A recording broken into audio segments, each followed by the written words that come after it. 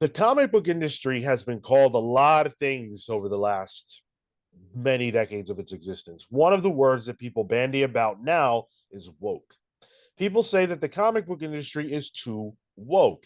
And I find that to be very hilarious because I would make the argument that Marvel and DC both have a problem with diversity.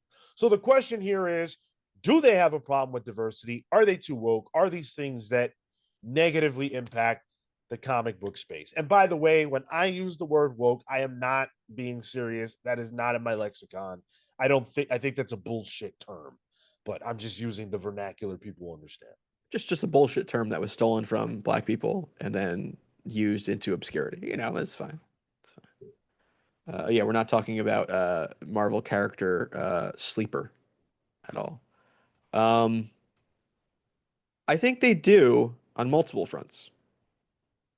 I think the big two have had, and again, not to shit on Marvel in the year 2025, but Marvel specifically, I think, has a lot of prominent black characters that are just sidelined right now. The fact that Luke Cage is Luke Cage and he is nowhere to be seen, even though canonically he's the mayor of New York. The fact that he had a book that was a little too ruffling of the feathers with what was it? A City at War, I think the book was City called. on Fire. City on Fire, yeah. And then that ruffled too many feathers. They canceled it before it even came out. Never even released it.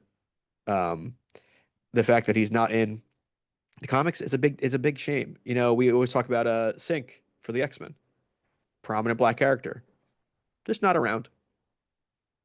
Occasionally he'll show up in like a book that gets canceled after he shows up. But I think it's a shame. Even even like women at Marvel with Captain Marvel, and we have a whole video based on it. They can't keep a book with her on it. Miss Marvel has to be relegated to team books. Meanwhile, we're getting another Captain America relaunch right now. I don't know. I think DC's been a lot better at it. We've had Question, along the Watchtower. We've had Fire and Ice currently. Power Girl just finished. A lot of them are mini series, whatever the plural of that is. But at least they're being put out. At least they're getting a chance to pull a Poison Ivy. I think what they end up doing and defaulting to is let's put them in the team books so they can get some shine here or there. I'm thinking of JSA, Birds of Prey, Exceptional X-Men, like they're relegated to those because I think when I think of whether or not they have a diversity problem or not woke enough, can they support can the industry support a solo book for a either uh I guess women characters are doing pretty well nowadays, but for a minority character outside of a Miles, for example, can they support themselves? That's where the issue is. Can you have a solo title for X person? Well, let's Storm. talk about it. Let's talk about it. On the Marvel side of things, you got Miles, Storm, Magic, Jean, Phoenix, X-23, um, Emma currently has a book. Emma, Black miniseries, Panther but will be yes. getting one. She-Hulk will be getting one. Ultimate Black Panther, Yeah. Yeah. Imperial, She-Hulk, 9 books. I'm sure there are others that's literally just off the top of the dome. I guess all New Venom technically because it's Mary Jane is Spider the, Girl. the star of that, Spider Girl. Mm. DC, for me, I feel like they put all their minorities in teams, like Marco said, or these black characters just can't keep a book. Mr. Huh. Terrific, it has a book right now, but that's a mini. John Stewart he was the other black character that had a book. Um, Also a mini, canceled at or ended at issue Yeah. 12, I believe. And so that's it. That's all the black representation that there Fair. is um on the DC side of things. And so that's pretty unfortunate. We've talked What about, like yeah, go ahead. I was gonna say even Black Lightning had a book during the inception of All In. And what was that, 5 issues? Something like that. Yeah. Yeah. We had the Power Company one shot that was Oof. cool, Oh, but thanks, Black History Month. Yeah, where's that gonna go? We've which had threads that left dangling, right? yes, and Yep. we said it's too bad none of this will be followed up on because the That's issue fair. was actually Yeah, that's really fair. good. Yeah, I think that both of the big two companies from a character positioning standpoint have a big problem with this. And that's why I don't really understand where the woke thing comes from. If by woke you're referring to characters that are being utilized, this is not the Marvel of 2015 by any means. That's all new, different era, right? Just to Yeah. fix my addling brain. Okay, cool. Yeah, I Yeah. mean, DC has at least a whole bunch of women-led books, but you're right, Sean. They are minis. There's a lot of minis there, and a lot of like poison. Like I said, pulling a poison ivy. Only poison ivy has been able to do that. Yeah. It seems to be a rarefied air, as some people would say. Um, so yeah, and there's like, I think the Mr. Terrific book is also good, but it's a mini, and at least they're capitalizing it because they knew the character would become popular because of the film. There is an ulterior motive there, understandable, and I'm actually really digging the book, which is cool. But it would be nice for them to like lean into it a little bit. They have a lot of like who's the writer on Green Lantern Corps right now?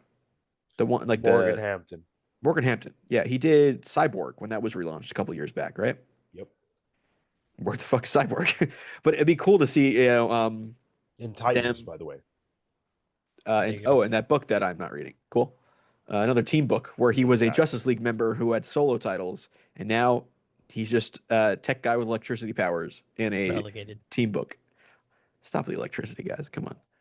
Um, yeah, no, I didn't really put a spotlight on DC in my head when I first came up with this question, but yeah, no, you're right, Sean, 100%. It's one of those things where I feel like the for Marvel and DC, it feels like they abide by the market and they will say, okay, this book won't sell, so why produce something that won't sell? Not even to necessarily even uh make happy the fans of said characters or to try new things. We're in an all-in era and there's a few people that are missing. And that's one of those things that I feel like you have to hedge your bets, sure, but at least bet on something, bet on putting something out. Because I think once you have those things out, whether or not they sell, you have that frequency. It's a mini. Okay, that mini becomes a 12 issue. Okay, hey, maybe like after a while that starts to build up because people have made enough contact outside of the team books to try to pick it up. And I think with Mr. Terrific, that could be a good, I guess, barometer. Because like Yeah, it's a specific mini right now. It's year one. But if they follow it up with a Mr. Terrific ongoing, which I think is a possibility, um, we'll see where that goes. But we still got what, fucking 6 months to figure out when that's gonna happen. I think the Absolute line has an issue too. Who was yeah. their only black led book is a book that she's barely in with Green Lantern. Because it focuses on the whole ensemble of every Green Lantern. Um, like no offense, not that I know people hate the race swapping, but the absolute universe is a world where you can do that with someone like Martian Manhunter. Um, or even introducing, the absolute versions of characters. Like what do we have in Batman? We had Killer Croc, and then he's now a crocodile, so Yeah. he's more scale representation of anything. Um, that is a glaring issue, which I think is just an issue that DC had. That because it was taking the core of DC, it was going to take that issue too. That virus was going to spread. I do appreciate Absolute Superman and Superman titles putting forward an immigrant story. So at the very least, we have that.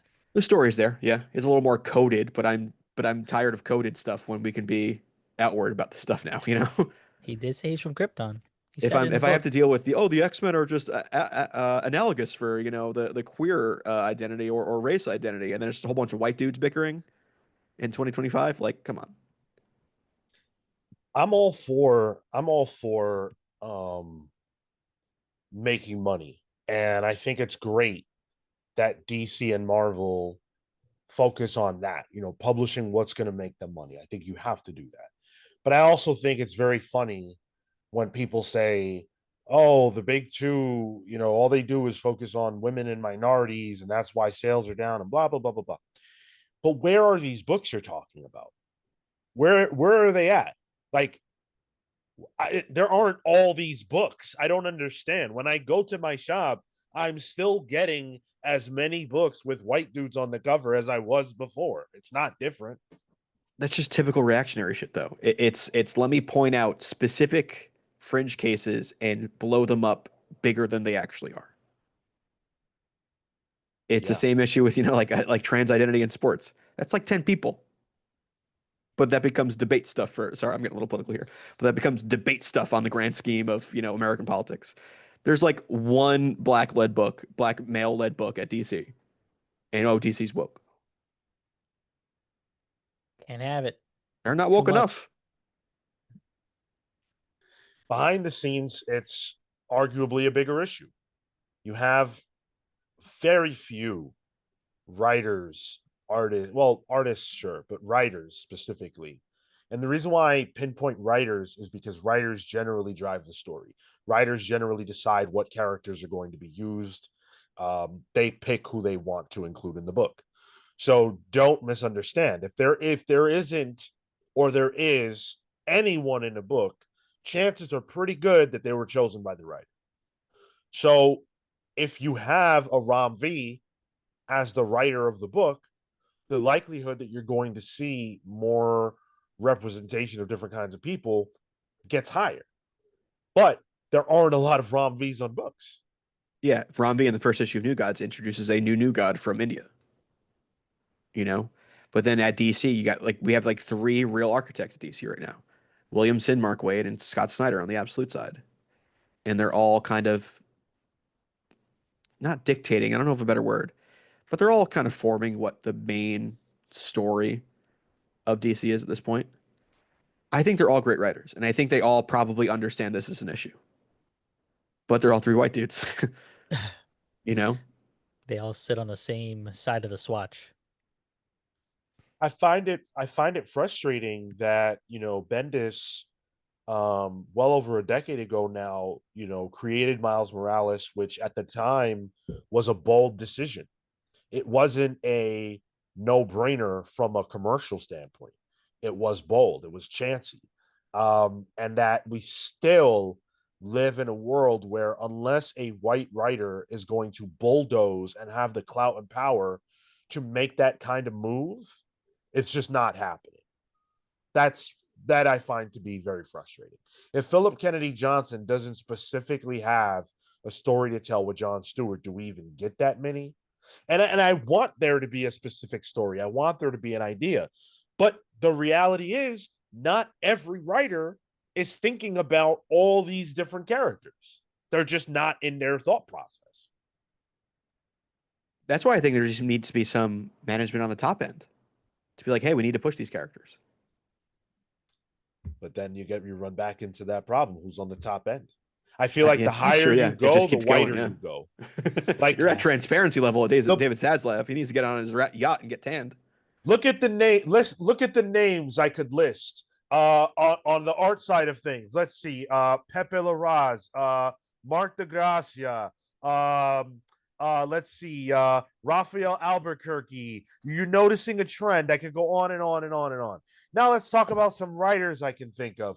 Oh, I don't know, Al Ewing. Like That's not fair to Al. Yes, he picked the most Caucasian one he could think of. Yes, exactly. It's and then you go beyond that and you get CB Sabo. I mean, we know he's Japanese, but you get to this point. You get to this point.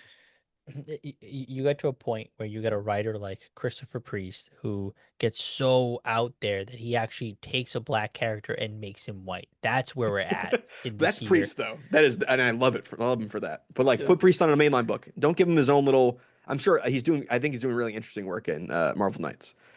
But like, put him on a mainline book. Get him his own character to do. Priest did Deathstroke. He doesn't even need to do black characters either. Priest will just tell a damn good story. But the other key thing is, all the names we said, not a single woman. No, name a woman. Name a woman? Yeah. The yoga bag. Name a woman. Sorry. Well, yeah. I mean, off the top of my head, what do you got? Peace Momoko, Gail Simone, Kelly.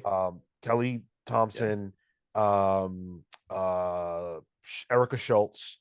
Sure. G. Willow Wilson. And Leah Williams on DC Leah as well. Williams, yeah. Yeah. But no offense to Sophie any of them. Campbell. Outside, yeah. No offense to anyone, but outside of like Kelly, everyone's kind of just in their own ships in this ocean. Nobody's really steering the fleet anywhere. And I don't think I can tell you the last time anyone had been doing that. You know, when we think of like the architects at Marvel, they were all dudes back when they were named architects. But even the idea of like the architects continuing, any women there? Well, not to bring up the X-Men, but the during the Krakoan era, I feel like Leah Williams Yeah. and Vita Ayala had a lot of agency because it felt like, and I know Vita's identifies with they them pronouns, but you get my point. Non-male. Yeah. Yeah. Their specific books felt very important. Every book felt important to the grander story of Krakoa. So it wasn't like, hey, G. Willow Wilson's Poison Ivy is great. Do you need to read it? No. You kind of needed to read some of those books. So Like, thankfully, you need to read Absolute Wonder Woman for this crossover with Absolute Batman. Yep. You know, Totally. but that is few and far between. And no offense, I love Kelly and I'm happy for her, but every time it's like, oh, we need a big woman on a book, grab Kelly. And that's because they're so few and far between. Yeah. And she does have the hot hand, which, Sure. you know, I'm happy she's getting all that work, but I also know that there should be more opportunities. That way we can build the next Kelly Thompson. Yes. And have it not take a decade. It should be more frequent. I would like kind of maybe more often what they're doing at Green Lantern Corps, where they're having a non-big name.